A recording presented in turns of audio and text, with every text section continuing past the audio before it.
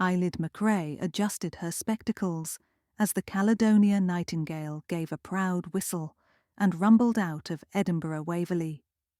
The old sleeper train would snake through moon-washed glens before delivering its passengers to Inverness at dawn, and Isla had every intention of finishing her lace knitting before they crossed Drumocta Pass.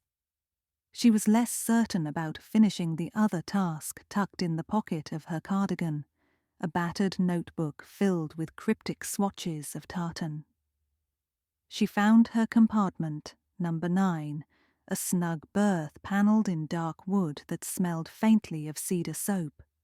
On each bunk lay a thick woolen blanket, its colours soft in the lamplight. Others might see only homely comfort, but Eyelid traced the tartan lines like a map. Horizontal green, double red overcheck, thin black guard lines. She murmured the set under her breath. Then she sat quickly and pulled out her notebook. Not more than an hour earlier in the railway lounge, her old friend Angus McPhee had burst in waving a telegram. "Luggage thefts, Eyelid. 3 nights running on this very sleeper. The railway board is terrified it'll be 4. Come away with me. Bring your, patterns." The patterns were Eilid's peculiar obsession. For years she had sworn that small accidental flaws in commercial tartans, knots in the wool, misaligned threads, could be read like divination cards. Most folk humoured her politely. Angus, as head conductor, was more amenable. Odd skills were useful when you shepherded travellers through fog-bound highlands. Now the train clacked smoothly northward. Eyelid pressed her thumb to a knot in the blanket and let her eyes soften. The green crossed the red sooner than it ought. A stray black thread looped, broke, and re-emerged. In her mind's ear, she heard the hum of a loom hesitating, a warning. "Compartment 12, she whispered. Or perhaps passenger 12. She jotted a note. Then she tucked the blanket at the foot of her bunk, left her knitting behind, and set out to mingle like a harmless grandmother, though at 62 she'd never once felt harmless. The corridor shimmered with brass fixtures, echoes of laughter, and the faint perfume of heather soap. Doors stood half open as passengers settled in. An American birdwatcher comparing whiskey notes with a Glasgow librarian, a honeymoon couple clinking teacups, a curly-haired student sketching antlers on a pad. Past them all drifted Eyelid until she reached compartment 12. A sign on the door read, "Dr. Letitia Lockwood." It was shut. She lifted a listening ear. Silence. Had the occupant gone to the lounge car? She made a mental note. Passenger 12 after all. She had counted from the head of the manifest. Number 12 was assigned to Alec Kingsley, a luxury goods broker travelling with an embossed crocodile suitcase so new the leather squeaked. He had boasted about it to the porter. Predictable victim, she thought. Footsteps behind her made her spin. A tall figure in navy staff uniform halted. Angus himself, moustache twitching amiably. "Eyelid, you're prowling," he said, voice low. "And you've a thief on this train." "Aye. Any word from your woolen oracle?" She lifted the corner of the blanket that she had draped over her arm like a shawl. "Shows a broken set early in the sequence. Either the thief strikes before we reach Pitlochry, or something earlier was missed." Angus sighed. "I've posted porters at both ends of the sleeper car and warned them, but there are plenty of moments to slip out while folk visit the lavatory. Remember, no alarms. It must stay cosy, or head office will have my badge." "Cosy is my speciality." She patted his sleeve. "Let me speak to our potential victims. The more clearly I see their belongings, the more likely I can stop their disappearance." "Passenger welfare only," Angus reminded her. "No interrogations." "I'll be as gentle as shortbread crumbs." She found Alec Kingsley lounging in the club car, where soft jazz mingled with the rattle of ice in tumblers. Even seated, he announced himself by the glittering cufflinks and an air of boredom that suggested a personal valet lurked just out of sight, polishing his ego. Eyelid slipped into the leather chair opposite. "Forgive an intrusion. Have we met at the Highland Textile Fair? I rarely forget a face." He looked her over. Seeing only an elderly lady with biscuit lint on her cardie, he granted a smile. "Alec Kingsley. And yes, I dabble in textiles, yak wool scarves out of Ulaanbaatar, that sort of thing." "Marvellous. I'm Isla McGregor, weaver from Dunkeld." She gestured at his drink. "Celebrating something?" "Business concluded. Madrid tomorrow." He tapped a footlocker-style case propped beside the chaise. "New line of bespoke watches, prototypes inside. Irreplaceable. Irreplaceable." The word rang like a bell. Eyelid's tartan sense never predicted theft of woolens alone. It read people's attachment. The more they cherished an item, the stronger the tug in the threads. She chatted lightly about Gaelic looms until he begged off to place a phone call. She waited until he strode away, then rose and peeked at the case. A brass padlock dangled half-latched, bold yet vulnerable. The carriage door slid open, and a young woman entered, chin tucked in a plaid scarf. She startled at Eyelid's presence. "Sorry, thought this car was empty." "Plenty of seats, dear." Eyelid sat again. "I'm only resting old knees." The woman hesitated by Kingsley's case. Her hand drifted toward the handle, then withdrew. She hurried to the bar instead. When she turned, Eyelid noted fingertip smudges where she'd touched the case. "Interesting." Angus reappeared. "Tea," he whispered. "I'd rather a passenger list." He sighed but handed her a folded sheet. She scanned line 12. Alec Kingsley. Line 14. Morven Calder. The smudge culprit, perhaps. Morven booked in compartment 14, upper berth. Eyelid pondered them as the train tipped into darkness outside. Moonlit hills rolled like velvet. Bells chimed faintly in the galley. Supper service ended. Soon porters would dim corridor lights. At 10:30, Eyelid slipped into the narrow gangway between sleeper cars, where cool night air hissed through imperfect seals. She breathed mountain scent laced with coal smoke. Footsteps scraped behind her. "Cold for wandering," said Dr. Letitia Lockwood, emerging from shadows. Silver hair clipped immaculate, she wore a chic quilted jacket, too fine for Highland drafts. "Fresh air helps my knitting tension," Eyelid said. "I'd have thought your yarn would freeze." Lockwood's gaze shifted to the tartan blanket still around Eyelid's shoulders. "Lovely pattern. Rare. It's standard Rail Scotland issue. Not that run. That red pivot is unique." Before Eyelid could inquire further, Lockwood pressed 2 fingers to her lips, listening. A click echoed, compartment door, latch sliding. From far end of carriage, a shape slunk into corridor light, paused beside Kingsley's door, then vanished again. Lockwood gave Eyelid a significant look and departed through the gangway, coat fluttering. Eyelid followed but lost her at the junction to the observation car. Suspects multiplied, and the blanket's broken set still warned of impending mischief. Near midnight, with passengers dozing, Eyelid arranged a tiny watch in her cabin. She cracked her door an inch, blanket on lap, notebook ready. Trains at night possess their own lullaby of iron, click-ka-click. It could mask any deceitful rattle. A porter tiptoed past, then a yawning librarian, then stillness.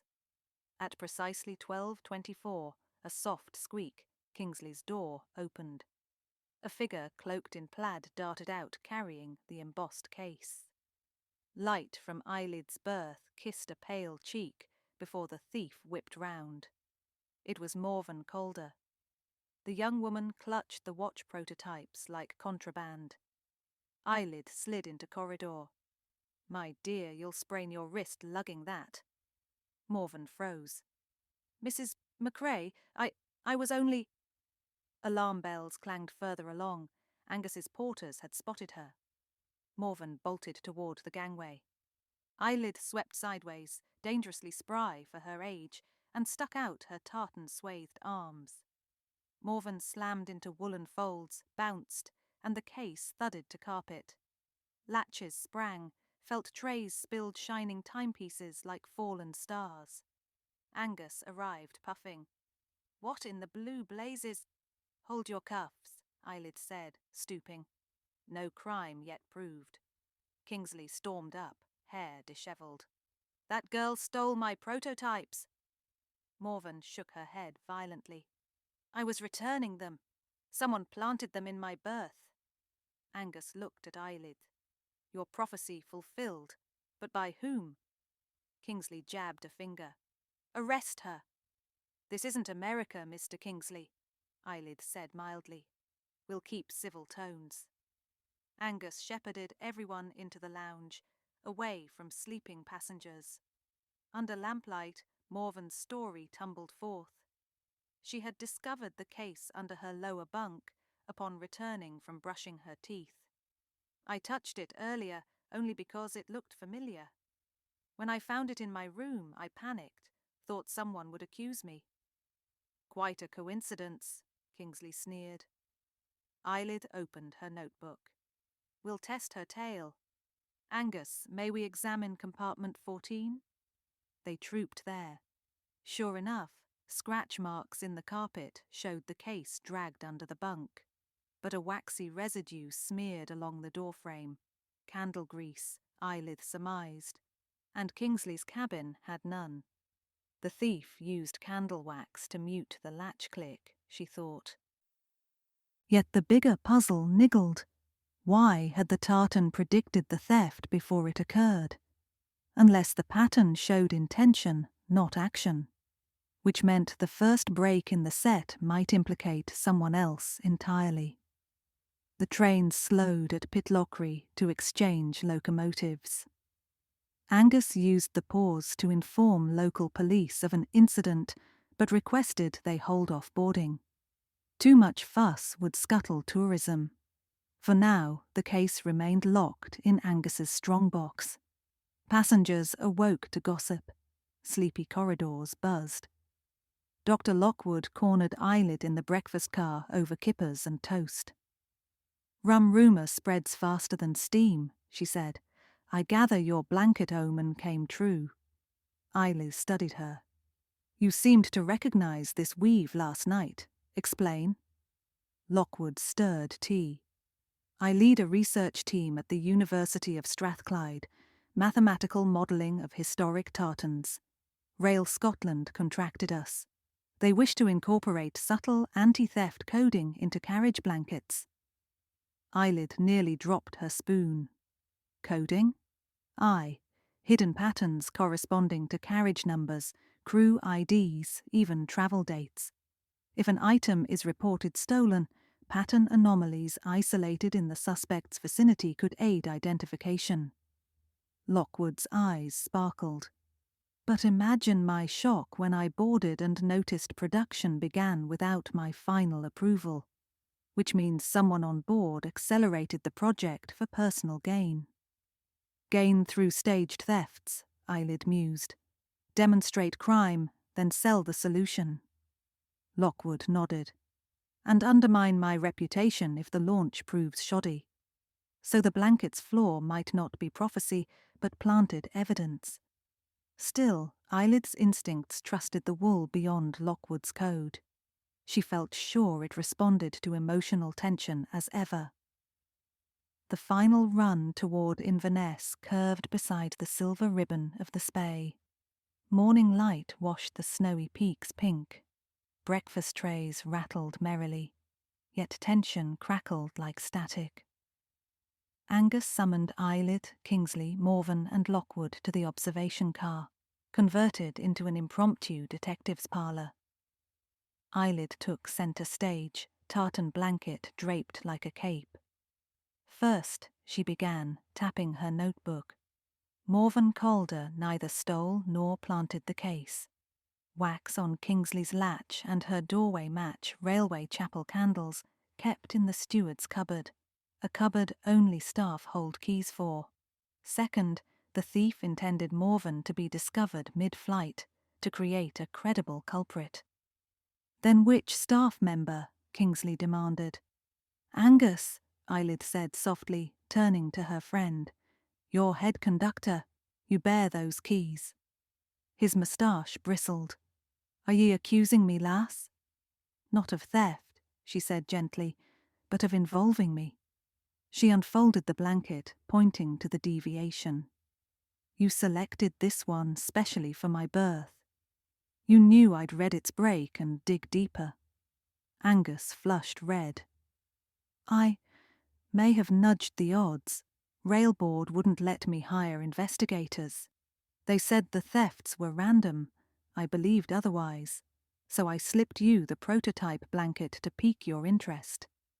Kingsley rolled his eyes. Charming collusion, but it doesn't clear the young woman. Patience, Eyelid said. I traced Wax back to the candle store. Only one stub missing, Bayberry scent. I smelled it earlier in the crew corridor. She inhaled demonstratively near Lockwood, then near Kingsley, Morven, and finally Angus, noting nothing. A porter entered to refill tea. The faintest whiff of Bayberry floated after him. Eyelid caught his arm. Ruari done, isn't it? The lad blanched. Ruari is on the textile student bursary, Angus supplied. Joined us 3 weeks ago. Eyelid faced him kindly. You helped Dr. Lockwood catalogue her tartans last month. You knew of the anti-theft code. You also heard board members dismiss her plan as expensive. So you staged thefts using wax to soften latches, hiding plunder in passengers' cabins to deflect blame. Purpose: prove the need for coded blankets and guarantee contract funding. Rory stammered. I never meant harm. I just wanted them to see the value. The luggage is all still on board, each stolen item set to reappear before final stop. Kingsley's watches would have been found in lost property in Inverness. The press would herald miracle blankets. Lockwood's shoulders sagged. Rory, why not come to me? They wouldn't listen. But if we solved crimes with your pattern tech, they'd have to adopt it, and you'd secure tenure. And a job. Cozy mysteries end with compassion, Eyelid thought. The law might treat this as a misguided stunt. No property left the train, no sale attempted. Kingsley harumphed. My schedule suffered. Your prototypes are intact, Eyelid answered. And quietly you gained marketing buzz, watches so desirable thieves can't resist. Perhaps sponsor scholarships for earnest porters, Kingsley pondered, calculating exposure versus opportunity. Maybe. Angus cleared his throat. Rail Scotland will discipline him, but we might convert suspension into supervised apprenticeship with Dr. Lockwood's project. Lockwood nodded slowly. I could use a bright mind who thinks sideways, under proper oversight. Rory looked up, relief wetting his eyes. I'll repay every dram of trouble. Snowflakes whirled as the Caledonia Nightingale hissed into Inverness. Passengers spilled onto the platform, unaware of how close their valuables had come to permanent wandering.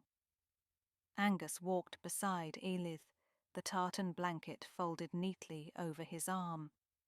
You've saved my bacon yet again, he said. Your bacon and the board's blood pressure. She offered him the blanket. Return the prototype to Dr. Lockwood. When the coding's perfected, remember, patterns matter, but so do people. He hugged her. Will you ride back south tonight? Perhaps. But first I fancy a stroll by the River Ness. Plenty of yarn shops still open. as she departed, her gaze brushed the blanket one last time. The broken set seemed mended, threads aligning as if content. Whether by human craft or Highland magic she would never say, but she did hum a soft tune whose rhythm matched the rails, grateful for cosy mysteries, where justice was woven as snugly as wool, and every night train carried warmth against the chill.